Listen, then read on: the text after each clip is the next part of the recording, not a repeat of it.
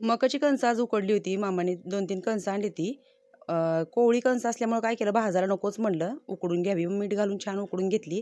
मी घेतला इकडं खोबरं किसायला. आज आहे मटणाचा बेत. इकडे मटण छान असं उकडून ठेवलेलं आहे. मीठ, मसाला, हळद, लसूण, कोथिंबीर घालून असं उकडून ठेवलं होतं. आता फोडणी घालायची, वाटण करून घेते.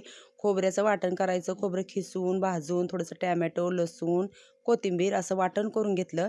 तेल घातलं कढईमध्ये, छान ते वाटण घातलं. मग घरचा येसूर घालून छान ते तेल सुटेपर्यंत परतून घेतलं वाटण आणि मग हे जे उकडलेलं मटण होतं ते त्याच्यामध्ये घातलं आणि आता भाजीला उकळी आलेली आहे छान अशी. हे बघा, छान भाजीला तरी पण आलेली आहे आणि आता मी काय करणार, ताट थोडंसं झाकून जाळ बंद करणार आणि आरावरती उकळायला ठेवणार. ह्याच्यात मी वरून काही कोथिंबीर घालत नाही, कारण गणेशला काही कोथिंबीर आवडत नाही. तरी पण बघा भाजीला खूप छान अशी आलेली आहे, कारण आरावरती नंतर उकळायला ठेवलं की तरी खूप छान येते आणि आमच्या गणेशला तरीची भाजी खूप आवडते. आणि मग काय गणेशने आज आजोबाला आणि त्याला ताट वाढायला चालू केली. काकडी, कांदा, लिंबू असं चिरून घेतलेलं आहे. माझ्या भाकरी पण झाली. दोघंच आज जेवणार आहेत, कारण हे गेलेले आहेत बाहेर जेवण्यासाठी. आणि इकडे आत्यांचं चालू आहे शेंगा फोडायचं काम. नंतर मी आणि आत्या जेवण करणार.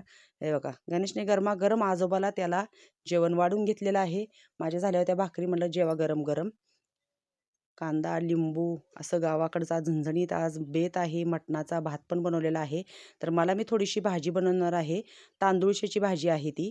मामाने दुपारी शेळ्यांना गवत आणलं होतं तिकडून. तर त्यात खूप तांदूळशाची भाजी होती. मग मी थोडीशीच काढून घेतली आणि तव्यात फोडणी घातली. फक्त लसूण घातला, मीठ घातलं आणि भाजी धुवून घातली. म्हणलं शेंगदाण्याचं कूट नको आता. तर अशीच नुसती तव्यात परतून घेतली. तर कशी वाटली ही माझी बनवलेली तांदूळशाची भाजी नक्की कमेंटमध्ये सांगा आणि या सगळ्यांनी जेवायला.